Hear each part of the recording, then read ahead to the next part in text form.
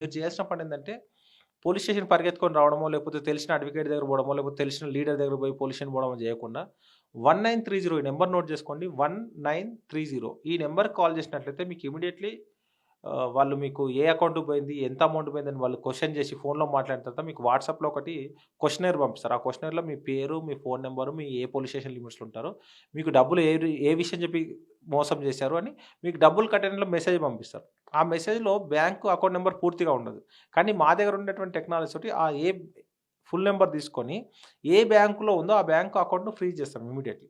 So, ఇదంతా గంటల వ్యవధిలో జరుగుతుంది కాబట్టి మీ డబ్బులు రిటర్న్ పొందడానికి ఆస్కారం ఉంటది. సో, మీరు మోసపోయినామని తెలిసిన ఇమ్మీడియేట్‌లీ మీరు 1930కి కాల్ చేసినట్లయితే ఈ ఇన్ఫర్మేషన్ ఈజీగా డిపార్ట్‌మెంట్ దగ్గరకొస్తుంది. ఆ అకౌంట్ ఫ్రీజ్ అవుతది. మీ అమౌంట్ రిటర్న్ చేసుకోవడానికి, మీ అమౌంట్ మీరు పొందడానికి ఆస్కారం ఉంటది.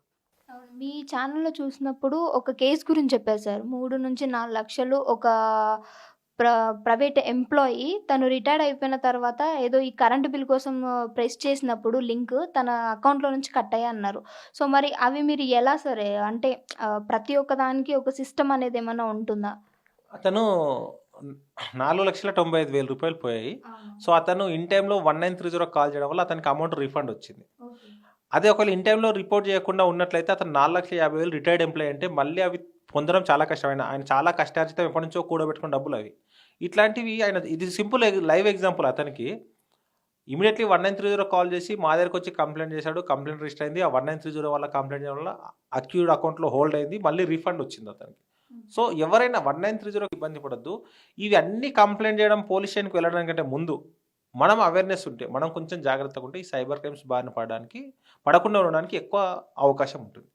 ఈ వీడియో చూస్తున్న అందరూ క్యూబ్ టీవీ శ్రోతలకి సైబర్ క్రైమ్స్ నుంచి మీరు మిమ్మల్ని కాపాడుకోవాలన్నా, లేకపోతే సొసైటీని కాపాడాలన్నా, మీ చుట్టుపక్కల వారిని కాపాడాలన్నా, ముందు చేయాల్సిందంటే తెలిసిన అవేర్‌నెస్ విషయాల్ని 10 మందికి షేర్ చేయడం.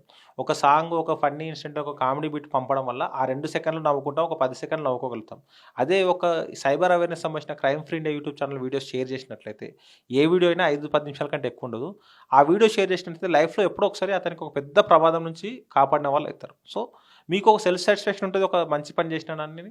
ఆ వే తీసుకున్న వ్యక్తి కూడా హ్యాపీ ఫీల్ అవుతారు. ఫర్ ఎగ్జాంపుల్ మీ 10థ్ క్లాస్ గ్రూప్‌లో పంపారనుకోండి. వాళ్ళు చూసిన వాళ్ళు కూడా నిన్ను అప్రిషియేట్ సరే మంచి వీడియో పెట్టినావు అంటారు. అదే నువ్వు ఫన్నీ వీడియో పెడితే మంచి వీడియో పెట్టినా స్పెషల్‌గా అప్రిషియేట్ చేయరు. నవ్వుతారు, ఊరుకుంటారు గానీ. సో, మీకు ఒక సెల్ఫ్ సాటిస్ఫాక్షన్ ఉంటది. ఒక సోషల్ రెస్పాన్సిబిలిటీగా సైబర్ వారియర్‌గా మీరు పనిచేసినట్లు ఉంటది కాబట్టి, ఈ వీడియోస్‌ని ఎక్కువ మందికి షేర్ చేయండి. ఇంకోటేంటంటే ఎవరికైనా ప్రాబ్లమ్ ఉంది. సైబర్ క్రైమ్స్‌లో కొత్త రకమైన ప్రాబ్లమ్ ఫేస్ చేశారు. దాన్ని ఎట్లా రిపోర్ట్ చేయాలి, ఏం చేయాలనేది మీరు కామెంట్ పెడితే కూడా మా టీమ్ నుంచి మీకు రిప్లై వస్తది. ఎలా అప్రోచ్ కావాలి, దాని నుంచి ఎలా బయటపడాలని చెప్పడానికి కూడా ఈ మా టీమ్ నుంచి మీకు రిప్లై వస్తది కాబట్టి ఎలాంటి ఇబ్బంది పడకుండా మీరు మీ ప్రాబ్లమ్‌ను మీరున్న దగ్గర నుంచే క్లియర్ చేసుకోవడానికి ఆస్కారం ఉంటుంది. కాబట్టి ఈ వీడియోస్ ఎక్కువ మందికి షేర్ చేయండి. లైక్ చేసినా చేయకపోయినా పర్వాలేదు. సబ్స్క్రైబ్ అనేది మీ ఇష్టం. బట్ షేర్ చేయండి. ఎక్కువ మందికి షేర్ చేస్తే ఎక్కువ మందికి ఈ విషయం తెలుస్తది. ఎక్కువ మంది సేవ్ అవ్వడానికి